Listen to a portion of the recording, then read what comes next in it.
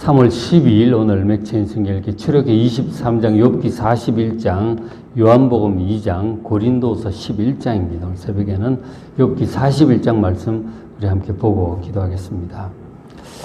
욥기 41장에는 그 신비한 어떤 동물인, 생물인 리오와 야단에 대해서 하나님께서 말씀하시는 그런 내용이 나와요. 왜 리오와 야단 얘기를 하시느냐면 그 앞에 40장에 이제 이런 말씀을 하나님 하셨는데, 욥에 대해서 이제 여러 가지 욥이 하나님께 질문이 많았잖아요. 하나님 도대체 왜 제게 이런 고난을 허락하십니까? 말씀을 좀 해 주십시오. 계속 그러니까 결국 하나님께서 이제 말씀을 하시는 거죠. 38장부터 쭉 이제 말씀하시고 보면은 자연 만물을 어떻게 하나님 창조하시고 다스리시는지 쭉 물어보시는 거죠. 네가 이런 것들을 하느냐?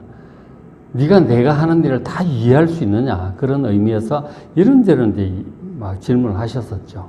그러면서 하시는 말씀이 40장 8절에 네가 내 공의를 부인하려느냐? 네 의를 세우려고 나를 악하다 하겠느냐? 하나님께서 욥에게 하시는 말씀이죠. 네가 옳다고 그렇게 주장을 하고 그렇게 해서 내 공의, 하나님의 공의를 네가 부인하겠냐? 하나님께서 뭘 좀 잘못한다고 네가 그렇게 얘기를 할 거냐? 네가 잘한다고 옳다고 주장함으로써 나를, 하나님을 악하다고 네가 그렇게 얘기를 하겠느냐? 그렇게 물어보시는 거죠. 욥은 내가 잘못한 것이 없는데 왜 저를 이렇게 환난을 겪게 하십니까? 하나님 도대체 왜 그러십니까? 뭐 그렇게 이제 자꾸 따져 물으니까 하는. 그러니까 욥이 하나님께서 하시는 일을 다 알 수가 없잖아요. 그렇게 하실 수밖에 없는 이유가 있다고요. 근데 뭐 자기 입장에서 이해가 안 된다고 하나님께 자꾸 따지고 그렇게 하는 게 아니에요. 그죠? 그럴 수 없는 거죠. 하나님께 지금 뭘 잘못한, 내 공의를 부인하느냐, 뭘 잘못한다고 지금 그렇게 네가 주장하는 것이냐. 네가 옳다고 해서 네 의의를 세우려고 나를, 하나님을 악하다고 그렇게 얘기를 할 수 있느냐. 우리가 그럴 수 없죠, 감히. 근데 우리는 이렇게 많이 해요. 이해가 안 되면 하나님 이러실 수가 있습니까? 그렇잖아요. 결코 그럴 수 없죠, 우리가. 그렇게 말을 해서는 안 되는 거죠. 그러니까 하나님 하시는 말씀이 9절에 네가 하나님처럼 능력이 있느냐, 나처럼 능력이 있느냐는 거예요. 온 세상을 이렇게 다스릴, 모든 악한 자들을 다스릴 능력이 있느냐. 11절에 너의 넘치는 노, 지금 욥이 화가 많이 나 있는데 너무 힘드니까 이해도 안 되고, 넘치는 그 노를 비우라 이거죠. 비우고, 그리고 교만한 자를 발견하여 모두 낮추라. 온 세상에 이 교만한 자, 악한 자들, 죄인들이 많잖아요. 전부 다 찾아내가지고 낮추라. 심판하고. 그리고 12절, 악인을 그들이 처소에서 짓밟을지니라. 온 세상에 교만한 자, 악인을 다 찾아내가지고 심판하고 처벌할, 해보라 이거죠. 근데 하나님께서 지금 하고 계시는 거거든요. 만일 네가 그렇게 할 수 있다면 14절에 그리하면 네 오른손이 너를 구원할 수 있다고 내가 인정하겠다.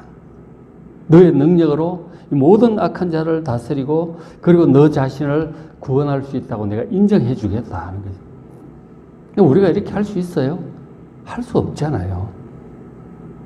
온 세상 우리가 뭐 아는 사람 몇이나 된다고 하죠. 온 세상을 다스리신 하나님이시라니까요. 공의롭게 다스리시고 심판하시고 처벌할 자를 처벌하시고 그리고 하나님 의지하는 의로운 자들을 구원하시고 하나님께서 하고 계신단 말이에요. 우리는 그런 거 모르죠. 그저 우리는 우리가 내한테 일어나는 일에 대해서 뭐 잘 되면 좋고 뭐 불행한 일이 생기면은 힘들고 그러잖아요. 요거 하나 해결하기도 우리는 진짜 버겁죠. 우리 인생 하나 바로 가기도 버겁고 그런 상태인데 뭐 하나님께서 이러실 수가 있느냐 그러고 그런 식으로 원망불평할 감히 하나님께 그럴 수 없다는 거죠. 모든 교만한 자와 악인, 우리가 뭐 저 사람들 다루기는커녕, 그래서 하나님께서 하시는 말씀이 그 교만한 자와 악한 자를 대표적으로 상징할 수 있는 뭐 상징이라고 해야 되나? 그런 자의 대표격으로 두 동물에 대해서 물어보시는 거예요. 이 두 동물을 내가 물어보는데 이 동물을 네가 창조했느냐, 네가 다스릴 수 있겠느냐, 그렇게 물어보시는 거죠.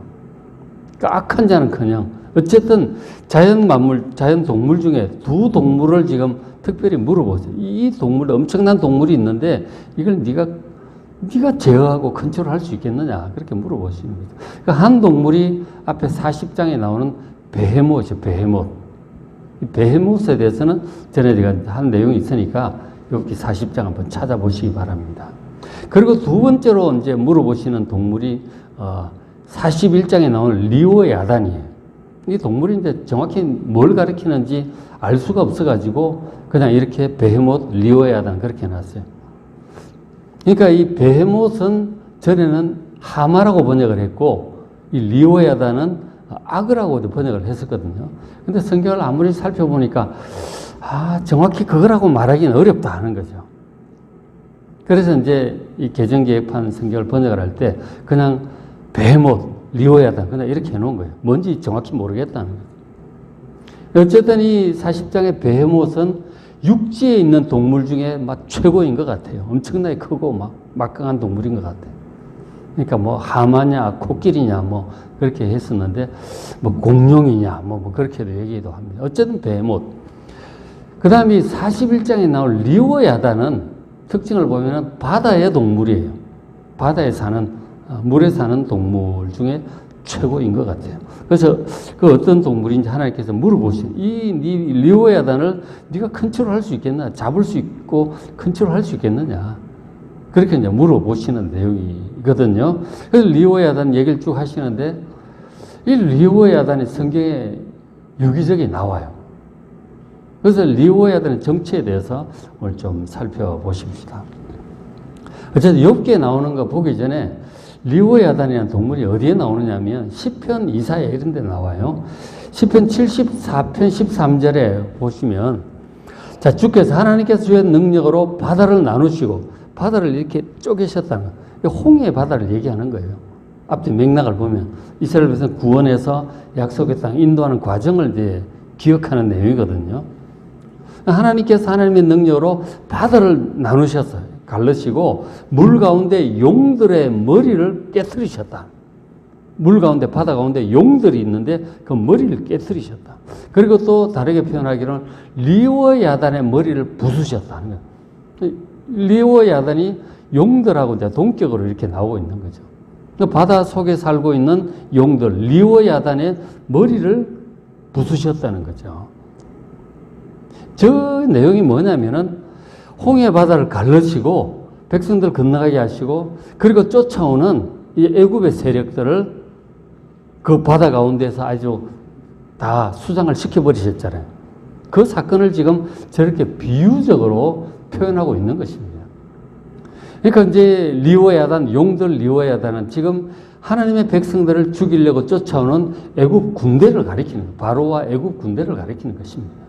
그걸 비유적으로 리오야단, 용들이라고 표현을 하는 거죠.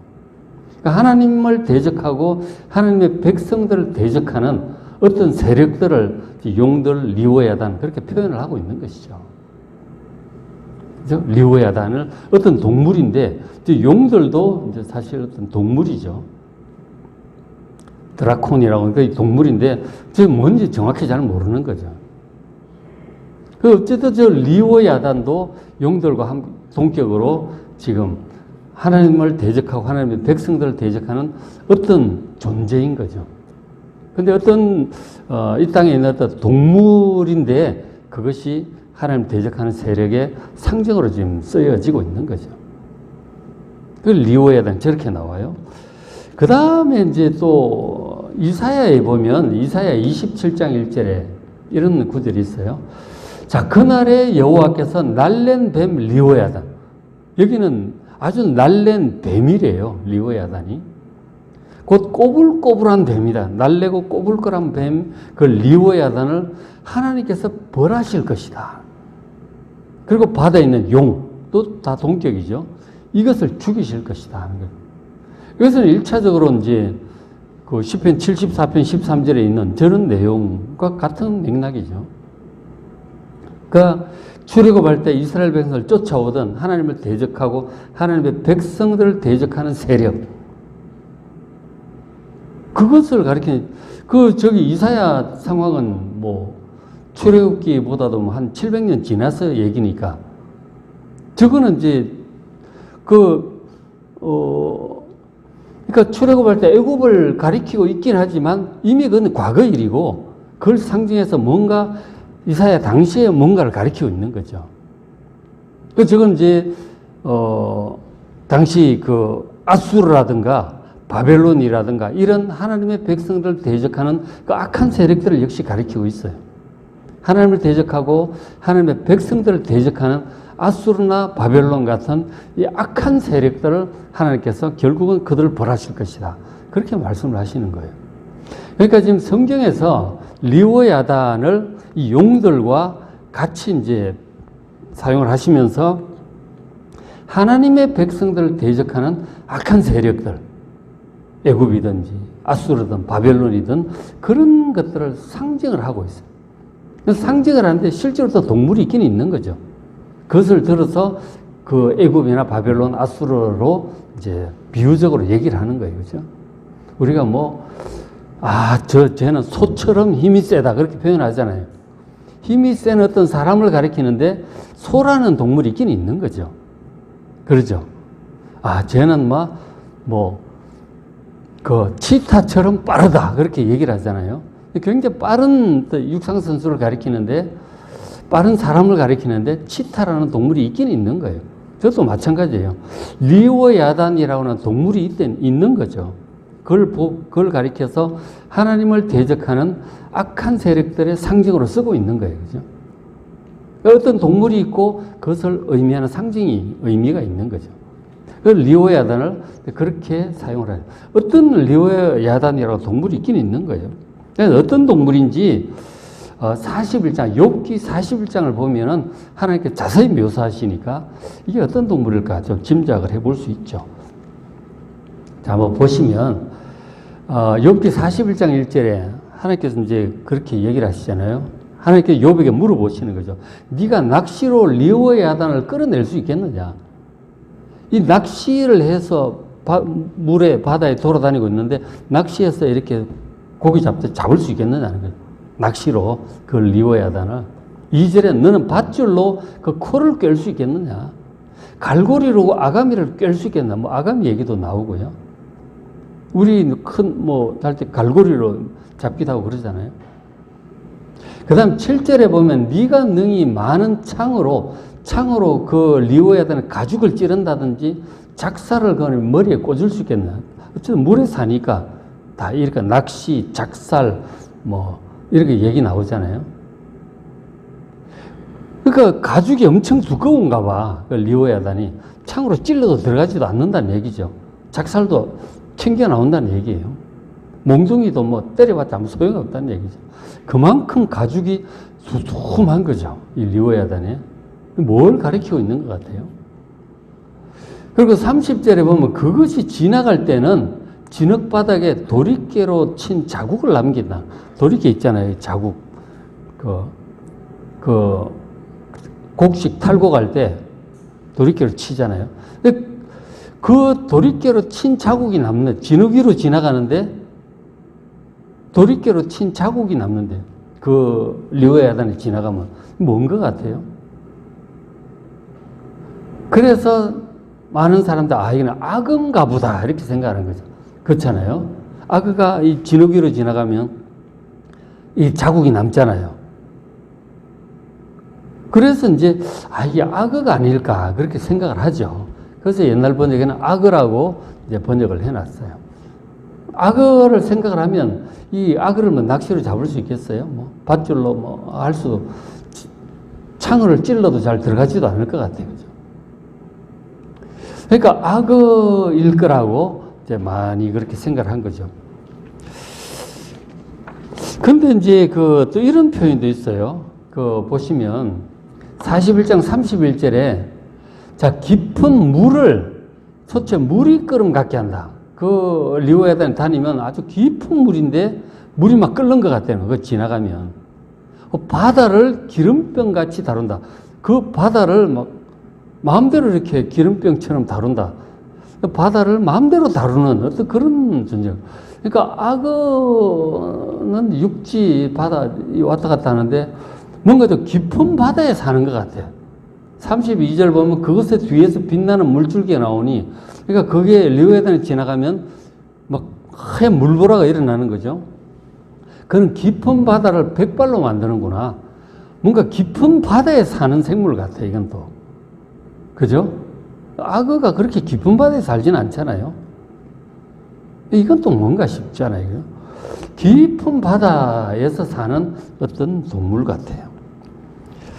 그래서 고래, 소설 모비딕이라고 하는 이제 고래 잡는 그런 소설이 있는데, 모비딕의 저자인 허먼 멜빌은 이 리오야단이 향유고래라고, 제일 큰 고래인 향유고래라고 생각을 한 거죠. 그 사람은 그렇게 생각을 했어요. 그래서 리오야단이 고래라고 생각하는 사람들도 또 많아요. 이제 바다에서 가장 막강한 동물이니까, 뭐 악어는 커도 뭐 고래만큼 크진 않잖아요. 근데 엄청나게 이제 큰 거죠, 고래가. 그죠? 저거 보면, 근데 고래가 뭐 진흙이라도 다니지도 않으니까 그것도 또 이상하잖아요. 그죠? 뭐, 어쨌든 그런 표현이 있어요. 그런가 하면 또 희한한 이런 표현도 있어요. 가서 한번 직접 한번 읽어보세요. 다. 그리고 시편 140편 26절에도, 자, 그곳에는 배들이 다닌다는 거예요. 그리고 배들이 다니는 곳, 주께서 지으신 리오야단이 그 속에서 논다는 거죠. 시편 104편에.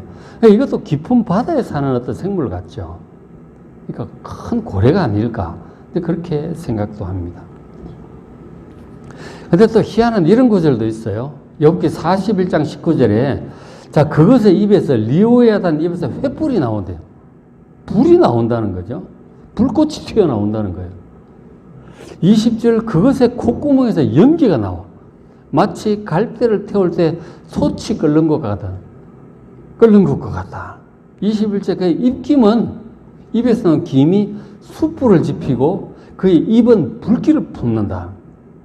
입에서 불길이 막 횃불이 나오고 불꽃이 튀어나오고 불길을 품는다고 그렇게 얘기를 합니다. 좀 뭔 것 같아요.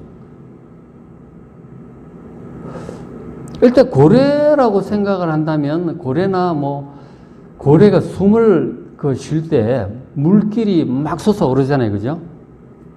고래, 그거를, 물길을 비유적으로 표현한 건가? 그렇게 생각해 볼 수도 있어요. 악어도 마찬가지. 물 속에서 푹 숨 쉬면 물길이 막 이렇게 솟는단 말이에요. 그거를 비유적으로 불길이라고 지금 표현하나, 횃불이라고 표현을 하는 것인가? 악어나 고래라고 본다면 또 뭐 그걸 비유적으로 표현한 것도 볼 수도 있겠죠. 근데, 자, 보면 너무 좀 실감나게 해놓은 거예요. 그 물길로 보기에는 그럼 물을 뿜는다 그러지, 불이라고 그러겠어요. 횃불이고, 불꽃이고, 숯불이고, 막 불길, 저런 말 보면 물을 비유적으로 표현하기 아니라 진짜로 불을 뿜는 게 아닌가. 그런 생각을 해볼 수도 있죠. 너무 실감나게 해놓은 거예요. 비유적으로 보기에는 물이라고 그러죠. 불이라고 그래요. 실제로 불을 뿜는 거 아닐까? 그럼 무슨 불을 뿜는 동물이 있어요? 그런 거 없잖아요. 근데 이제, 무슨 딱정벌레인가 뭐 그런 게 있는데, 그게 불은 아닌데, 열기를 뿜는 딱정벌레가 있어요. 그러니까, 후 하고 숨을 내쉬면 그 열기에 타 죽어요. 무지무지가 거의, 그러니까 안에 화학작용이 나가지고, 얘가 숨을 내뿜으면 무지무지하게 뜨거운 공기가 나오는 거예요. 타 죽는 거죠. 거의 불을 뿜는, 동물이 불을 뿜는 게 불가능한 게 아니다 하는 거죠. 이제 그걸 보여주고 있어요. 그래서 실제로 불을 뿜는 동물이 혹시 있었을까? 지금 전기로 상대방을 공격하는 동물도 있잖아요. 전기뱀장어. 독으로 공격하는 독사도 있고, 열기로 공격하는 딱정벌레 같은 것도 있단 말이에요. 이 리오야단도 실제로 불을 뿜는가 생각을 하는 거죠. 화학, 그걸 해가지고 순간적으로 고온의 공기를 발사를 할 수가 있다는 거죠. 그렇게 해서 불을 뿜는가 그런 생각도 하는 거예요. 그죠? 그런 생각도 해볼 수 있습니다. 그러니까 사실 이 욥기 41장에 하나님께서 쭉 말씀하신 생물이 뭔지는 잘 모르겠어, 사실은. 악어인가, 이게 고래인가? 아니면 어떤 다른 우리가 이미 멸종된 어떤 뭐 동물인가? 공룡 같은 건가? 뭐 혹은 아직 바다에 살고 있는 신비한 어떤 동물인가? 뭐 우리가 모르는 그런 거 있잖아요, 그죠? 뭐 희한한 뭐 바다에 희한한 괴수를 발견했다 그러고 뭐 그런 건가? 이런 이제 생각들을 하게 되는 거죠. 뭐라고 딱 말하기는 어려운 것 같아요. 이 리오야단이 어떤 동물인지. 그런가 하면 어쨌든 리오야단을 하나님의 백성들 대적하는 악한 세력들로 지금 계속 상징으로 쓰이고 있는 거죠. 애굽이나 바빌론, 아수르 같이. 지금도 하나님을 대적하고 하나님의 백성을 대적하는 그런 세력들을 상징하는 것으로 볼 수가 있는 것이죠. 어쨌든 그 정도로밖에 알 수가 없는 거죠. 그죠? 그 정도로밖에는 알 수가 뭐라고 딱 결론을 내리기가 어려운 거죠. 그래서 어떤 동물이다라고 번역을 하기 어려워서 리오야단, 40장 베헤못 이렇게 번역을 해놨다는 사실만 좀 이해를 하시면 되겠습니다. 어쨌든 하나님께서 이 막강한 동물을 얘기하시는 이유가 있어요. 욥에게. 이 막강한 동물을 말씀하신 이유는 이제 이것이죠.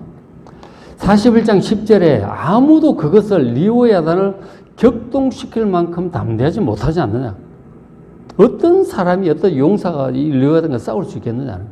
누가 내게 감히 대항할 수 있겠느냐. 이 말씀을 하시는 거죠. 그러니까 지금 욥이 뭔가 하나님께 좀 대항을 하는 거죠.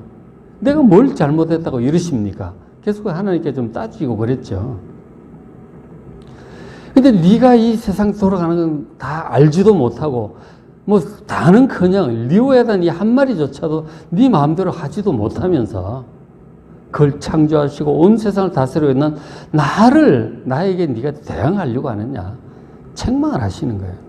하나님의 위엄과 전지전능하심과 그 창조주 되심을 우리가 좀 잘 기억을 하고 감히 하나님께 따지고 할 이런 생각을 마시길 바랍니다. 이 동물 하나도 마음대로 못하면서 뭔지는 잘 모르겠지만 뭐 악은지 뭔지 코끼리든 우리가 마음대로 할 수 있겠어요, 그죠? 이것도 마음대로 못하면서 어떻게 감히 그걸 창조하신 하나님께 네가 지금 대항하려고 하느냐? 그리고 그 앞에도 말씀하셨지만 세상의 모든 교만한 자, 악한 자들 얼마나 많으냐? 네가 이걸 낱낱이 다 처리할 수 있느냐? 심판하고 그리고 징벌하고 이걸 할 수 있느냐 하는 거예요.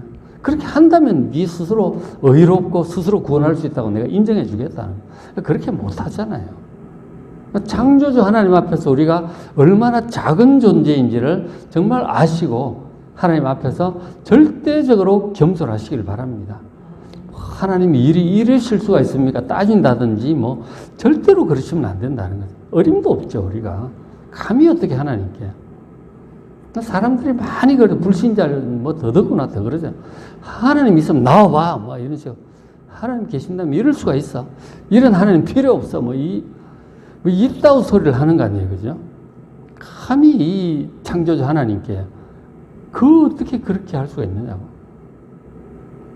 하나님이 뭔가 잘못하는 것처럼 막 따지고 하는 거. 절대로 이럴 수 없다 하는 거죠. 그 얘기를 지금 하나님께서 하실 목적으로 지금 베헤못과 리오야단 얘기도 물어보시고 그 앞에 여러 동물들 자연에 대해서 쭉 얘기를 하시는 거죠. 그리고 또 하나님께서 하시는 말씀 11절에 누가 먼저 내게 주고 나로 하여금 갚게 하겠느냐. 온 천하에 있는 것이 다 내 것이다. 우리가 하나님께 요구하는 게 많아. 기도했는데 응답 안 들어준다고 하나님께 삿대질하고 따지고 이런 하나님 필요 없다고 막 그러잖아요. 하나님께 우리 기도 많이 하죠. 우리도 기도 많이 하죠. 하나님 주십시오. 그리고 하나님 안 주면 하나님께 화를 내. 우리가 하나님께 구했는데 안 들어준다고 우리가 하나님께 화낼 수 있습니까? 화낼 입장인가요? 그러면서 우리가 하나님 기도할 때 그러잖아요. 하나님 제가 그동안 하나님 어떻게 섬겼는데 이렇게 일도 열심히 하고 헌금도 많이 하고 이렇게 많이 했는데 이렇게 섬겼는데 저한테 이러실 수 있습니까? 하나님 너무하십니다. 그렇게 생각하잖아요. 근데 과연 우리가 그렇게 할 수 있습니까? 우리가 하나님께 맡겨놓은 게 있어요? 우리가 해드렸으니 받을 자격이 있다고 생각하십니까? 그런 사람들한테 이런 말씀 하시는 거죠. 11절에 누가 먼저 내게 하나님께 막 잔뜩 드리고 나서 드려서는 이제 좀 내놓으십시오. 그렇게 할 사람이 있느냐는 거죠. 아니, 온천에 있는 게 전부 원래 다 내 것이라는 거죠. 우리가 지금 헌금 좀 드린다든지 헌신한다든지 이래 해서 하나님께 뭔가 요구를 할 수 있다고 생각할지 모르겠지만 우리의 몸도 생명도 전부 하나님 주신 거예요. 이게 내가 돈이 있어서 하나님께 헌금을 드렸다고 생각하십니까? 그거 전부 하나님 주신 거예요. 하나님께서 우리가 능력도 주시고 여건도 나라도 지켜주시고 가정도 지켜주시고 능력도 주시고 그래서 우리가 돈도 벌고 그중에 뭐 11조도 드리고 하잖아요. 전부 하나님 주신 거라니까. 우리가 지금 가지고 있는 거는 100% 하나님 주신 거예요. 하나님 주신 걸 우리가 관리하고 있는 거죠. 하나님 뜻을 따라 잘 사용을 하셔야 돼요. 하나님 주신 이것 중에서 우리가 조금 구별해서 드렸다고 해서 뭐 하나님께 뭐 드려서 요구할 수 있는 것이냐? 절대로 그럴 수 없다는 거죠. 우리가 가지고 있는 건 전부 감사함으로 하나님 거예요. 전부 다. 비도 하나님 내려주시고 곡식도 하나님 창조하셨고 자라게 하시는 것도 하나님이시고 우리가 키우는 것 같아요. 하나님 하시는 일이 훨씬 많아요. 직장도 마찬가지고 하나님 은혜 없이는 아무것도 안 돼요. 하나님께 창조하신 땅을 밟고 살잖아요. 여러분 땅 사용료 하나님께 내셨습니까? 우리가 마시는 공기 전부 하나님 창조하신 거예요. 공기 사용료 하나님께 내셨습니까? 이 전부 하나님 거를 우리가 다 쓰고 있는 거예요. 그런데 뭘 하나님께 드렸다고 하나님이 해주시라고 그렇게 요청할 수 있겠습니까? 물론 기도할 수 있죠. 기도하라. 주시겠다. 아버지시니까 필요한 것 구하라고 그러셨어요. 얼마나 주세요. 그러나 우리가 하나님께 드렸으니 받을 권리가 있는 건 아니에요. 전부 하나님 주신 거고 은혜 그 안에서 살고 있는 거죠. 하나님께 향해서는 무조건 감사, 무조건 순종, 무조건적인 신뢰 그런 거예요. 뭐 하나님께 따지고 대항하고 뭐 요청하고 불평하고 절대로 그럴 수 없습니다. 창조 주신 하나님, 우리의 모든 것을 주신 하나님, 만복에 거느신 하나님, 그 하나님 안에서 살고 있어요. 그를 지금 말씀을 하고 있는 것이죠. 그렇죠? 그래서 오늘 말씀을 마무리를 하면 이 베헤못과 리오야단 같은 막강한 생물을 창조하시고 다스리신 하나님의 그 위엄, 그 능력, 창조주이심을 잘 기억하시길 바랍니다. 우리는 하나님 피조물이에요. 생명도 우리 가진 모든 건 하나님 주신 것들이에요. 그러니까 하나님의 지혜와 다스리심을 겸손하게 받아들이시기 바랍니다. 우리 어떤 일이 생길지라도 그 다 이유가 있는 거예요. 어쨌든 하나님 허락하셔서 생긴 일이니까 결코 하나님께 원망 불평할 생각 마시고 인정하고 그 하나님의 다스리심이라니까 겸손하게 받아들이고 이유가 있겠지. 인내하시고 기도하시고 그렇게 인내하고 버텨나가는 것이죠.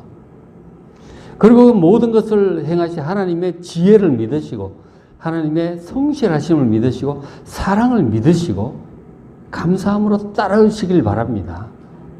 하나님 말씀 잘 주목하시고 믿음과 순종으로 하나님 따르시고 우리가 이해할 수 없는 인생의 고난들이 많이 있을지라도 그 불가피하게 그렇게 되는 일들에 대해서 뭐 이유가 있겠죠.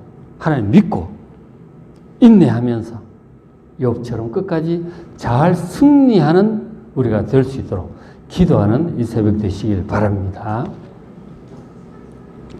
오늘 맥체성에게 출애굽기 23장, 욥기 41장, 요한복음 2장, 고린도서 11장 말씀 잘 읽으시고 은혜 많이 받으시기 바랍니다.